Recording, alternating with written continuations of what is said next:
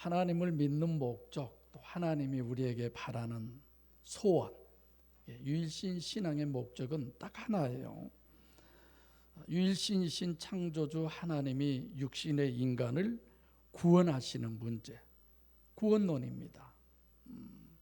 오늘 본문에서 구원, 영생을 얻기 위해서 내게로 오지 않았다, 주님이 그렇게 말씀하시는 것은 영생을 얻는 것이고, 다르게 얘기하면 천국 구원을 이루는 것입니다.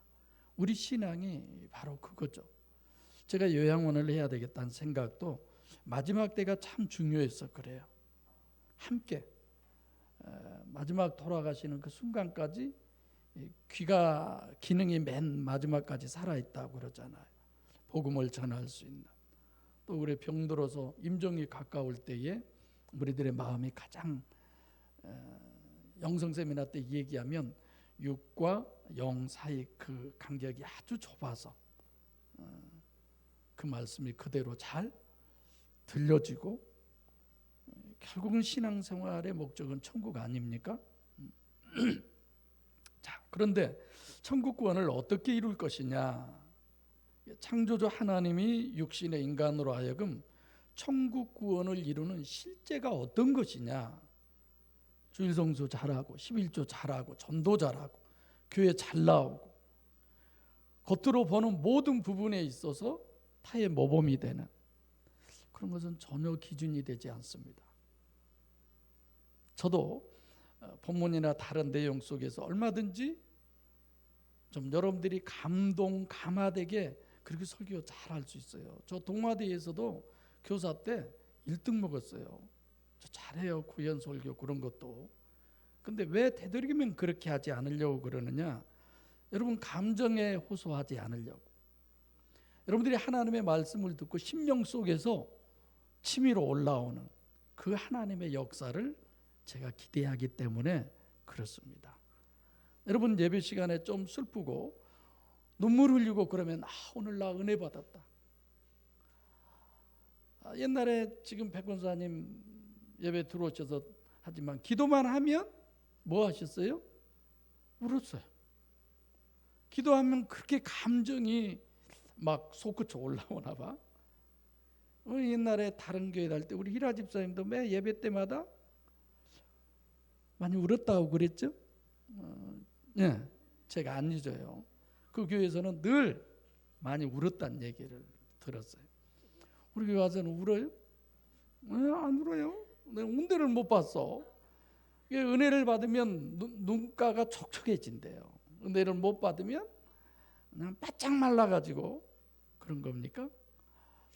정말 심령에서 절제할 수 없는 그런 우리 은혜가 우리에게 임해야 합니다.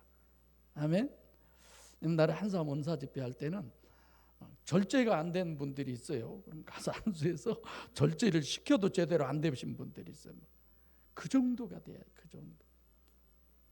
옛날에 그렇게 일승 집사님 청년 때 기도하다가 이제 기도 끝나고 보면 막 요 의자 밑에다가 막 조속으로 기어 들어가 가지고 사방대가 막 멍자국이 생기고, 얼마나 두들고 기도했으면 그 뒤에 책놓은 자리가 다 깨지고 부셔지고 그 정도로 했어요. 근데 그게 아니더라고요. 수년 지나고 보니까 다 신앙 잃어버리고 감정에 의해서 그런 신앙은 한순간이에요. 그러나 정말 말씀에 대한 믿음이 생기고 내 심령 속에서 하나님이 역사하신 그 믿음은, 그 신앙은 변하지가 않더라는 겁니다. 할렐루야. 예, 그 은혜가 우리에게 임해야죠. 예, 그런 거 해야 되는데, 우리 역사를 쭉 올라가 보면 어떻게 해야 구원받느냐? 죄 사함을 받아야 구원받는다. 어떤 죄? 전부 다 자범죄예요. 인간과 인간관계 속에서 있었던 그 죄에 대한 것. 그래서 그 죄를 해결받기 위해서 세계에 가장 사기꾼 같은 역사가 있었죠. 그게 뭐예요? 네, 한 번은 이제 면죄부들을 팔아서 신부들이 어느 한 지역에서 엄청 돈을 많이 가지고 이제 수레로 이제 교황청으로 옮깁니다. 옮긴데 느닷없이 강도가 나타나서 돈 내놔. 그래서 그걸 몽땅 빼앗으니까 신부가 뭐라고 그래요? 야, 이거 하나님께 바치는 돈이야. 너 이거 가져가면 너 지옥 가. 강도가 주머니 속에서 뭘 꺼냈어요? 면죄부를 딱 꺼내주는 거예요. 이거 보세요. 나 요 면죄부 샀으니까 지옥 안 가니까 걱정 말라고 뺏어갔어요. 여러분, 천주교에서의 천국 구원의 조건으로 뭘 얘기해요? 죄사함 받아야 된다. 죄사함을 받는 방법이 뭐냐? 면죄부를 팔았어요. 지금도 그와 비슷한 일들이 교회 안에서 건전한 아주 성경적이라고 할 수 있도록 그렇게 하고 있잖아요. 왜 마르틴 루터가 95개양의 질의를 했느냐? 근자의 어느 목사님이 마르틴 루터가 종교 개혁을 하면서 95개 조항에 그걸 굉장히 강조하면서 대단한 일을 했다고 그래서 그걸 몇 번 제가 본 적이 있어요. 어젯밤에도 다시 95개 조항을 다 뽑아서 하나하나 줄쳐가면서 제가 읽어봤어요. 이게 말이 돼? 진짜 한마디로 저 그랬어요. 이게 말이 되는 소리야? 당신은 신정정치로 로마 교황청에서 정치까지 지배하고 있었기 때문에 그것을 교회 개혁이고 정치 개혁이지 전혀 신앙 개혁 아닙니다. 마르틴 루터는 단 하나의 질문을 했어야 돼요. 영생을 위한 구원이라고 한다면 어떤 것이 해야 되느냐? 어떻게 해야 천국 구원을 얻을 수 있느냐? 그 얘기가 있어야죠. 자범죄 문제를 해결하는 게 아니에요. 그래서 마르틴 루터의 업적은 정말 위대한 업적을 남긴 거죠. 라틴어로 써서 라틴어만 아는 그 교황청 신부들이나 이런 사람들만 알고 일반 평민들은 몰랐잖아요. 그걸 이제 결국은 독일어로 번역해서 성경을 일반인들이 다 읽게 해가지고 결국은 로마 교황청에서 얘기한 그 얘기가 진리가 아니었구나를 알게 되고 종교 개혁을 하게 되는 거죠. 그래서 마르틴 루터의 개신교 신학의 정립은 두 가지 요소예요. 번역하면 이런 거예요. 신앙의 요소와 성경 번역의 요소, 성경 해석의 요소예요. 평신도가 성경을 읽도록 번역한 것 대단한 업적이죠. 틀림없어요. 정말 그런 부분에는 우리가 감사한 마음을 가져야 합니다. 근데 성경 번역과 성경의 해석이나 적용은 같은 게 아니에요. 이건 전혀 다른 겁니다. 저도 원어도 못하잖아요. 히브리 하나도 못 쓰잖아요. 그래도 맨날 히브리어 말하고 헬라어 얘기하고 그러잖아요. 왜 그런 어려운 단어를 제가 써야 돼요? 다르니까. 그래서 디모데후서 3장 16절에 모든 성경은 결국은 성령의 역사로 쓰여졌다고 그랬습니다. 근데 기록된 성경 해석이나 적용은 하나님의 엘로힘적으로 써놓은 것과는 전혀 달라요. 각자가 다 달라요. 기록은 인간의 의지를 전부 배제해서 기록한 엘로힘적 역사예요. 성경 해석과 적용은 인간의 어떤 의지라든가 이런 모든 부분들이 다 들어가서 그대로 해석하고 적용을 하는 겁니다. 인간에게 맡겨놓은 거죠. 근데 많은 사람들이 잘못 이해하기를 성경은 기록할 당시 예수님이 계실 당시에 이런 거예요. 얼마나 그 성경을 해석한 사람이 가까웠느냐. 맨 처음에는 12사도가 제일 예수님하고 가까웠고 그 다음에는 속사도, 사도, 교부 막 이렇게 점점 어떤 사람이 예수님과 그 연도가 가까웠느냐, 가까운 사람의 해석이 정답이다. 이런 식의 얘기로 이렇게 해석들을 하잖아요. 근데 정말 성경이 그렇습니까? 그렇지 않습니다. 모세와 가장 가까이 있는 사람이 누구였어요? 모세의 형 아론과 누나 미리암이었어요. 민수기 12장 1절부터 8절에 보면 모세한테 그렇게 얘기합니다. 하나님이 너한테 말씀하시기를 이방인과 혼인을 금하라고 하였고 너 그렇게 선포해서 우리 백성들이 지금 이방인과 혼인을 금하고 있는데 왜 너는 이방인인 구스 여인하고 결혼을 하냐 그랬죠. 그래서 하나님이 어떻게 해요? 아론과 미리암을 혼짝을 내잖아요. 미리암은 심지어 문둥병에 걸리게 하잖아요. 그래서 그걸 또 가지고 목사님들이 어떻게 해석해요? 봐라, 주의 종한테 덤비면 누구 죽어. 이게 따먹어서는 안 될 것이 세 가지가 있어요. 첫째, 선악과 따먹으면 안 되고, 두 번째, 11조 따먹으면 안 되고, 세 번째 뭘까? 주의 종을 건들면 안 돼. 큰일 나. 아셨죠? 건들면 안 돼. 진짜 큰일 나. 한 20년, 30, 25년 정도 그 옛날 처음 신앙생활했던 거기 그 어머니가 돌아가셨다고 그래서 그동안 한 번도 내왕이 없었다가 갔더니 이제 그런저런 얘기하다가 그때 전사님 그 뭐 핍박을 했던 이런 사람들 그 누구 있잖아요. 그 간양거리 누구는 뭐 암에 걸려서 죽고 그 딸은 와 그렇게 얘기하는 거야 당신들이. 그때 전사님을 막 해롭게 하고 어렵게 했던 사람들 다 안 좋게 그들이 끝났고 뭐 그거 보세요 여러분 조심하세요. 죄 좀 건들면 큰일 나. 자 해석에 있어서 어떻게 해석을 하느냐. 건드세요 괜찮아요. 이 결정 짓고 넘어가야지 또 겁박했다고 또 그럴까봐.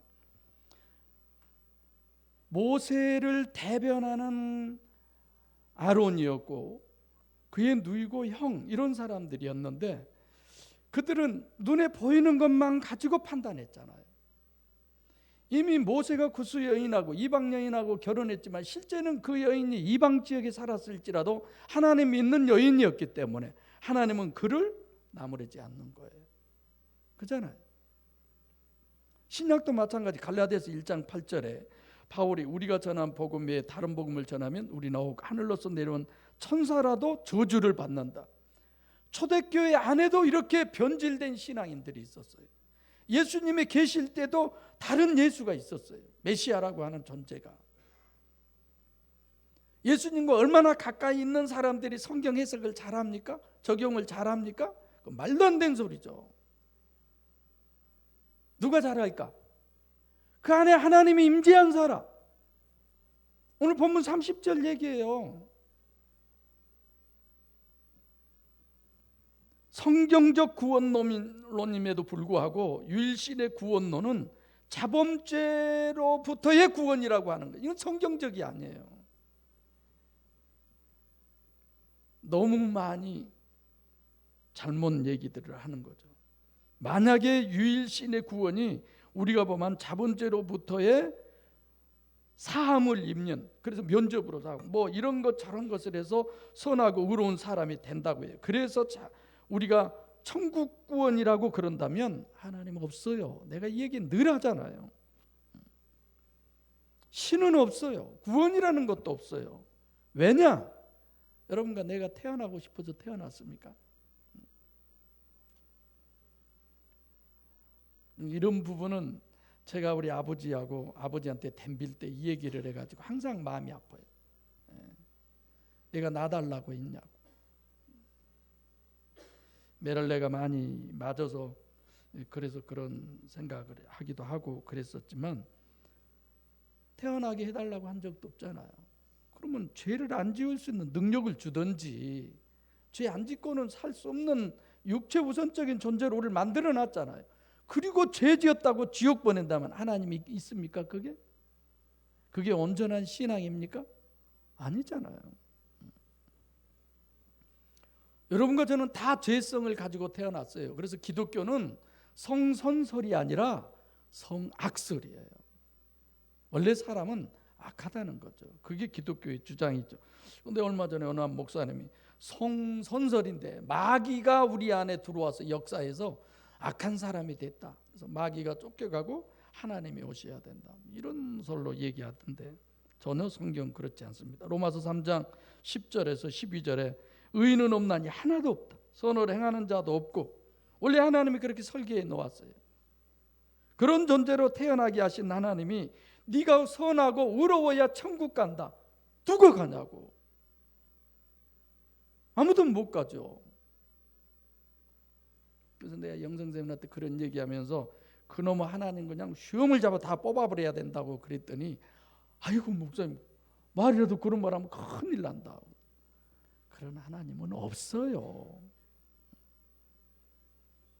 전혀 죄를 짓지 않을 능력도 없게 해놓고 죄성을 갖고 태어나게 해놓고 죄가 없어야 네가 천국 간다. 이게 말이 됩니까? 만약에 죄가 없이 선하고 의로우면 천국 간다고 그러면 하나님도 없고 천국도 없고 신도 없는 거예요. 이건 제가 늘 얘기하잖아요. 미국에 가서 영주권 받아서 살려면 미국 헌법에 맞아야 된다. 천국 가려면 천국의 법칙에 맞아야 합니다. 천국이라는 데는 육체가 가서 사는 데가 아니잖아요. 사두개인과 부활 논쟁을 예수님이 하시면서 뭐라고 그럽니까? 천국이라는 데는 시집도 안 가고 장가도 안 가고 육적 물리적 세상이 아니다라는 거예요. 남녀 구별도 없고 뭐 노소도 없고 초월적 세계고 초월적 존재고 영적 존재다. 육적으로 여러분이 고민하고 자범죄 짓고 싶어도 못 짓는 곳이 천국이에요. 그래서 욥기 35장 5절부터 8절에 가끔 얘기하지만 야 너희들이 선하고 의롭고 악하고 죄 짓는 거 그거 다 인간끼리 관계야. 하나님은 그런 데 관심도 없어. 그렇게 얘기하잖아요. 제가 얼마 전에 그런 얘기했잖아요. 하나님은 선하고 의롭고 정직한 좋은 사람에게 관심 있는 거 아니라니까요. 그 사람이 하나님께 관심 있는 사람에게 관심이 있어요. 할렐루야. 좋은 사람 좋아하지 마세요. 성품이 인격이 대단하다고 그거 좋은 거 아니에요. 하나님이 어떻게 보느냐, 하나님과 관계가 돼 있느냐 안 됐느냐, 이게 좋은 거지. 그래서 실제 한번 여러분들이 그런 걸 파악해 보세요. 사람들끼리 저 사람 참 좋은 사람이야, 법 없이도 살 사람이야, 참 착해, 정말 그런 사람들이 하나님 믿기 쉬운 줄 아세요? 정말 어려워요. 우리 대추나무 금방 이제 잎사귀 나면 쐐기가 많이 쓸 거예요. 그냥 쐐기가 다 가지고 상대하기도 어려운데 오히려 그런 사람들이 하나님의 은혜 가운데 있더라. 할렐루야. 이건 내 경험이야, 내 경험. 아 진짜 저 목사 저거 저 사람도 아니야 저거. 근데 성경을 정말 깊이 있게 그렇게 보는 걸 보고 내가 깜짝 놀랐어요. 아, 좋은 사람이 하나님 좋아하는 거 아니구나.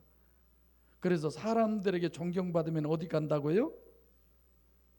지옥 간다고 했다니까.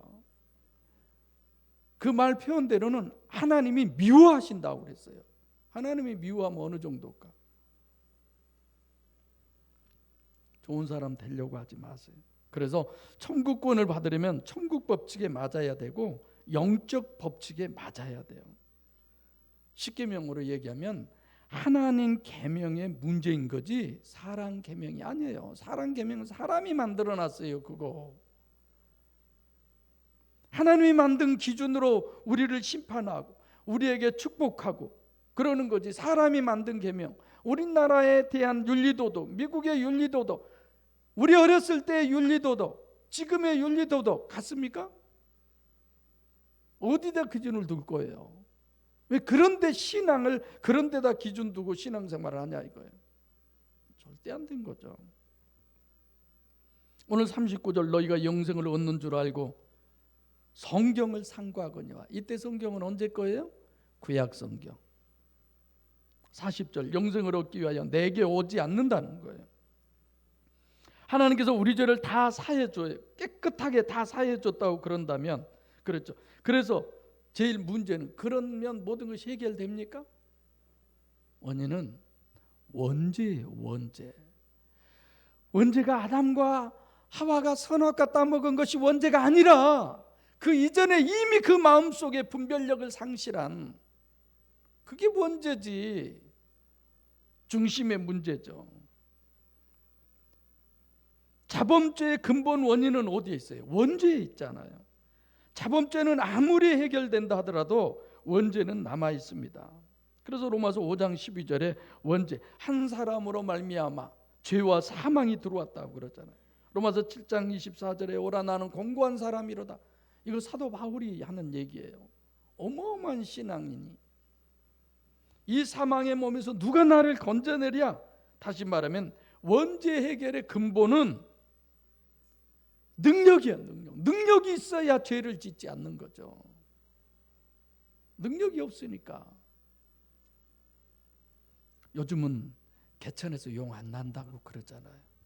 왜 그래요? 너무 잘 알잖아요. 돈이 사람 만들어요.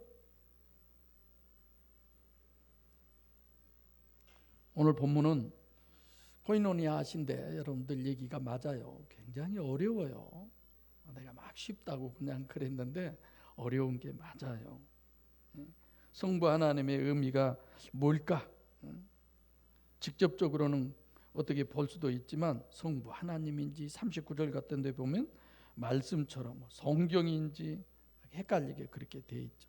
그래서 본문은 성부 하나님으로 말씀하시는 것은 성부 하나님이 계시하신 성경을 얘기하는 겁니다.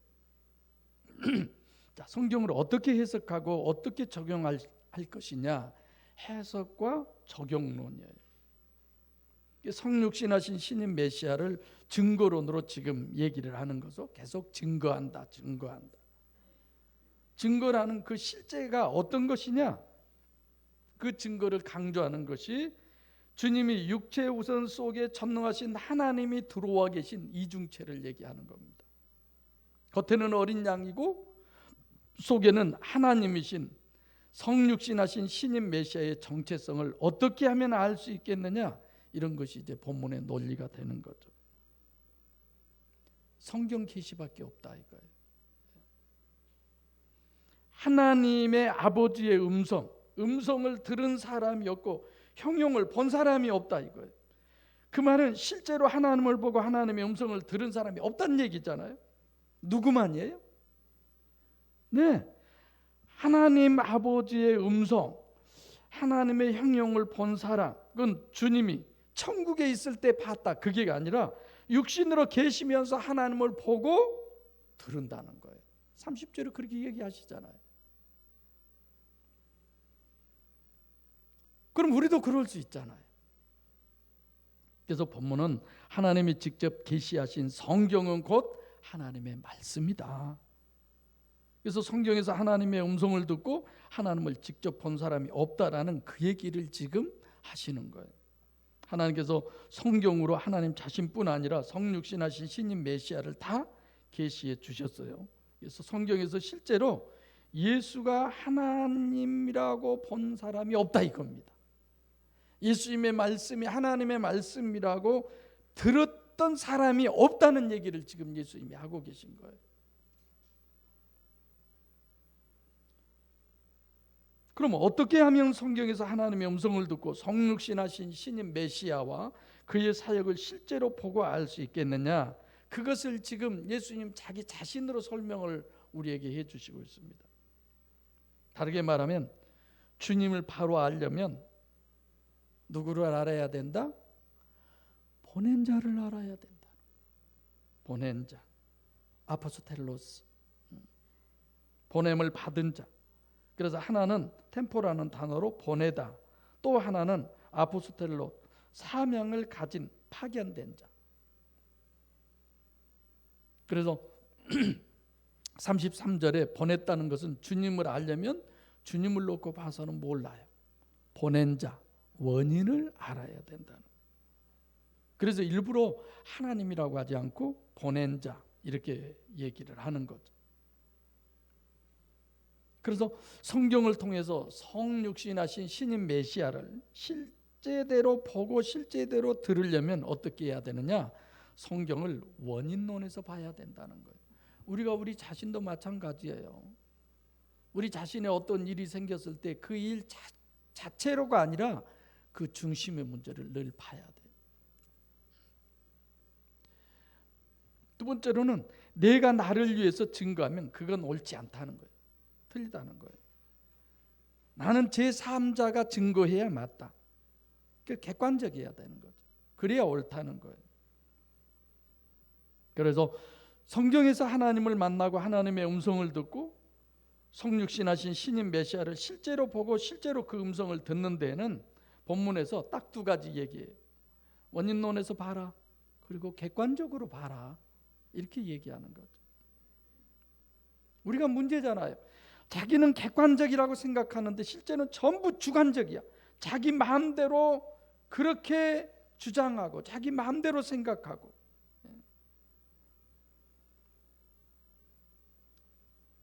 그래서 본문은 하나님 아버지 증거라고 이렇게, 그래서 성육신하신 신인 메시아의 증거를 우리가 생각을 해봐야 합니다. 처음으로는 성육신하신 신인 메시아가 겉사람은 어린 양이고 속사람은 전지전능하신 하나님이라는 이중체. 그래서 이사야서에 보면 외모는 흠모할 만한 것이 아무것도 없다고 그랬잖아요. 그래서 마찬가지로 주님의 사역으로 대한 해석을 말씀으로 가르친다든지 표적을 행한다든지 병을 고친다든지 십자가에 죽으신다든지 뭐 부활하신다든지 이런 모든 사역, 그걸 그 자체로 해석하면 안 돼요. 이게 왜 그랬느냐.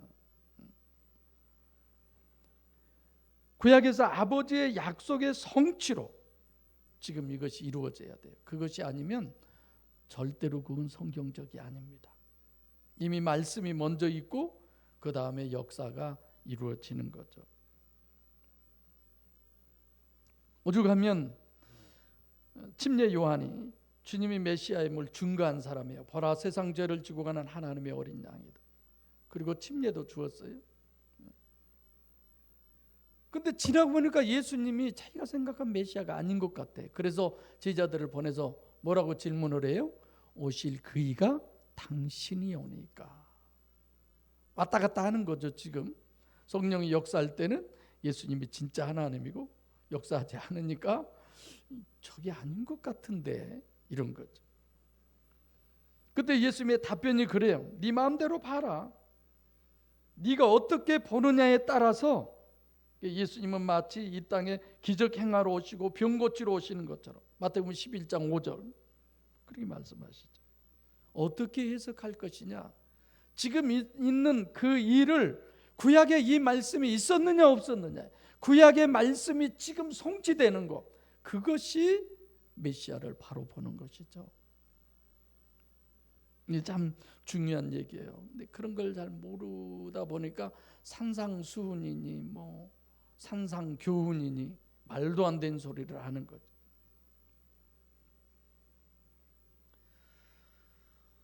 여러분, 오늘 본문 30절만 봐도 주님의 사역은 주님 마음대로 하나도 못 하신다는 거예요. 근데도 하긴 해요. 어떻게? 하나님이 하라는 대로만 하신다는 거예요. 할렐루야. 정말 나도 좀 그랬으면 쓰겠어요.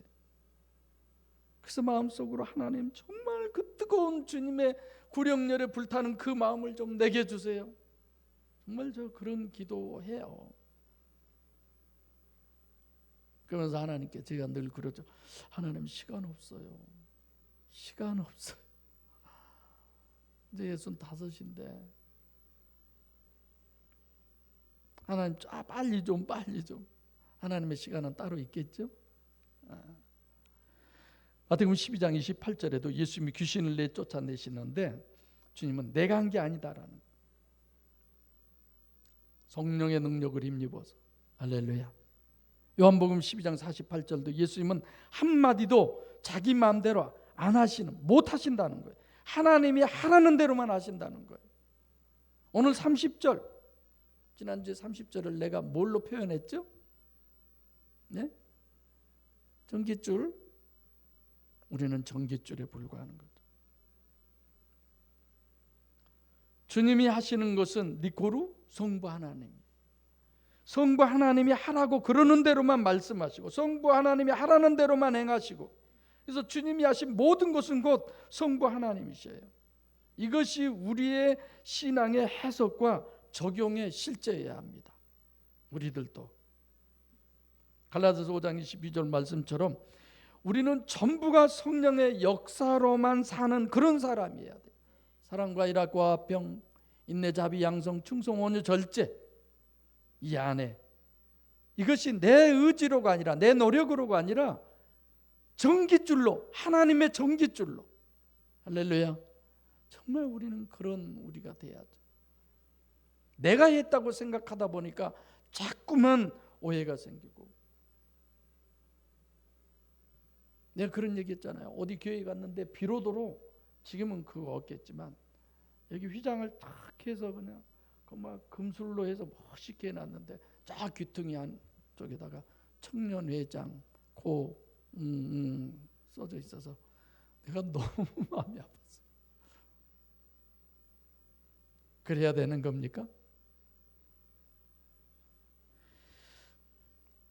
마태복음 7장 24절부터 27절에 우리가 보면 행위가 똑같은데 하나는 전깃줄로 한 사람, 하나는 자기 의지로 한 사람. 마태복음의 결론인 그 산상복음의 결론이라고 그랬죠. 반석 위에 지은 자와 모래 위에 지은 자. 겉에 집은 똑같아요. 그러나 그 기초가 뭐냐 이거예요. 누구에 의해서 그렇게 됐냐 이거예요. 그렇죠? 갈라디아서 1장 10절에 사도 바울을 통해서 하나님께서 말씀하십니다. 내가 사람을 기쁘게 하랴 하나님을 기쁘게 하랴. 내가 사람에게 좋게 하랴 하나님께 좋게 하랴. 내가 하나님께 좋게 하랴 나한테 좋게 하랴. 정말 우리들의 신앙의 기준이에요. 여러분들과 제가 지금 천능자 집사님이 오늘 내일 하시는데 어제 제가 뵐 때는 잘 모르신 것 같아요. 아침에는 전화드려서 한번 저 불러보세요 하니까 간신히 목사님 하시던데, 우리가 지금 92세 돼서 다 똑같이 그렇게 돌아가신다면 그러면 그냥 마음대로 살아도 괜찮은 것 같아. 언제 갈지 모르잖아요. 오늘 아침에 김성출이라고 하는 내 친구가 있어요. 동창.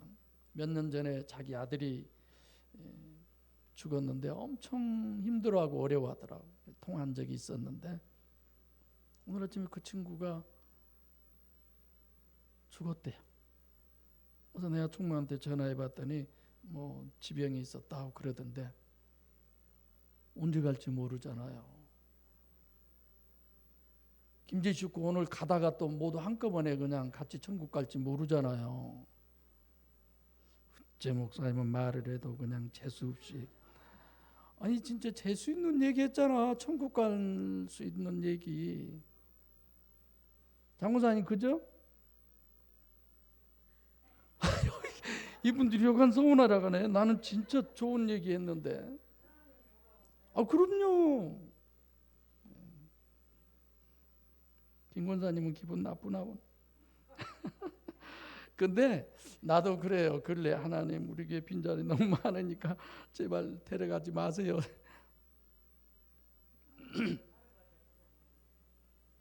네. 그 전에 교회에서도 70 넘으신 분이 설교하다 보면 자꾸만 막 따라하고 본인이 말을 하고, 그래서 내가 또 설교하다가 같이 대화까지 하다가 설교하다 그런 적도 있었는데, 자, 왜 이렇게 우리들은 전깃줄로만 꼭 살아야 되느냐? 왜 내 의지와 결단과 노력으로 살아서는 안 되느냐? 지금 이게 본문의 결론이나 마찬가지예요. 인간의 해석과 인간의 적용, 그 실제는 아담 후손의 최선, 아담 후손의 최대가 뭐냐? 또 거기에다 마귀가 기름까지 부었잖아요. 절대로 원인론을 알 수가 없습니다. 원인론을 볼 수가 없어요. 내가 아까도 한 권사님 우리 가시길래 내가 뒤에 대고 뭐 말했더니 쌩하고 말도 안 하고 가더라고. 엄청 기분 나쁠 뻔했어. 근데 이렇게 생각할 수 있잖아요. 못 들었죠. 우리는 못 들어서 그러잖아요. 이게 결과만 이렇게 우리는 결과에 항상, 그리고 육체 우선이야. 그리고 자기 기준이야. 그러다 보니까 내가 말을 하는데 그냥 저렇게 개 무시하고 그냥 걸어가셔버려? 뭐 이럴 수 있잖아요. 그거 아닌데, 전혀 아닌데. 인간은 그래요. 그래서 안 되는 거예요. 그래서 전깃줄로만. 우리가 이기적 존재 아닌 사람이 누가 있습니까? 자기 중심 아닌 사람이 누가 있어요? 어떤 경우에도요, 사람은 다 자기 중심이에요. 근데 자꾸 가시적 결과 기준인데도 자기는 원인론이라고 그러고, 자기 중심이면서 자기는 그냥 이타주의라고 그러고, 뭐 객관적이라고 그러고, 그러면 안 돼요. 네, 여러분들이 이렇게 무슨 얘기하다가 그것이 아니어서 이렇게 그것에 좀 설명을 하면은 설명이 끝나기도 전에 목사님 그거 내가 다 알아요. 이러고 이러죠. A죠. 분명히 B인데 이런 분들이 있어요. 그런 분들은 별로 대화 안 하고 싶어요, 사실. 좀 들어봐. 네, 이런 정도로 막 하죠. 그래도 많이 인자해져서 내가 그러지. 지금 뭐라고 그랬어? 이러죠. 참 여러분들도 인자한 목사 만나서 복이야. 아멘 안 할 줄 알았어요. 나는. 천국 구원을 얻으려면 천국 법칙에 맞아야 돼. 영의 법칙에 맞아야 돼. 우리는 육의 법칙으로 육신의 세상을 사는 사람입니다.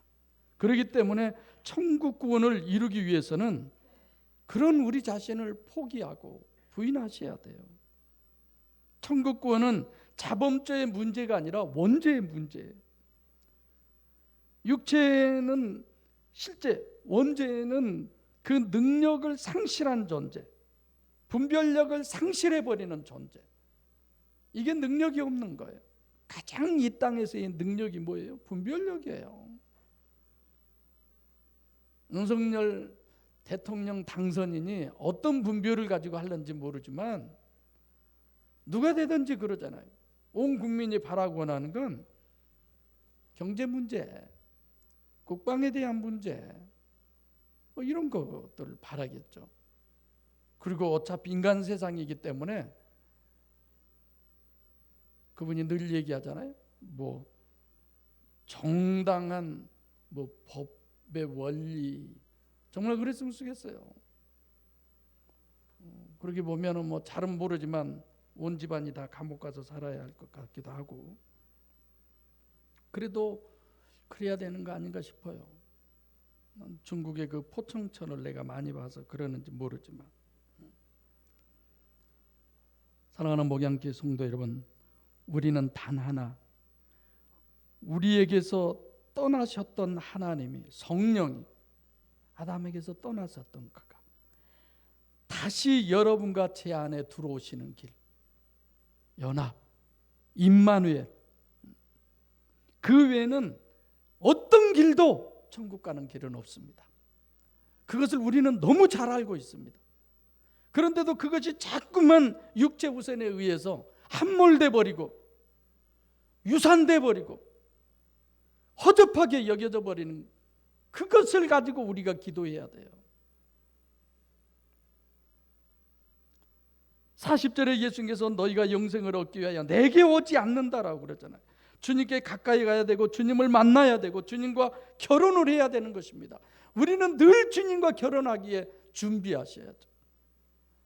하나님과의 관계성 화목이 구원이지, 하나님과 상관없는 내가 선하고 의롭고 정직하고 바르고, 그것은 천국 구원의 어떤 조건도 되지 않습니다. 믿음으로 육신을 부인하고 정결한 천으로 신랑이신 예수 그리스도를 보혜사 성령으로 여러분과 제 안에 영접하셔서 하나님이신 예수 그리스도의 능력으로 원죄로부터의 구원, 육신과 세상을 승리하시고 예수 그리스도와 함께 천국에서 영원한 영광을 영원히 누리는 이 시대에 선택받는 목양의 모든 식구가 되기를 간절히 소원합니다. 기도하겠습니다.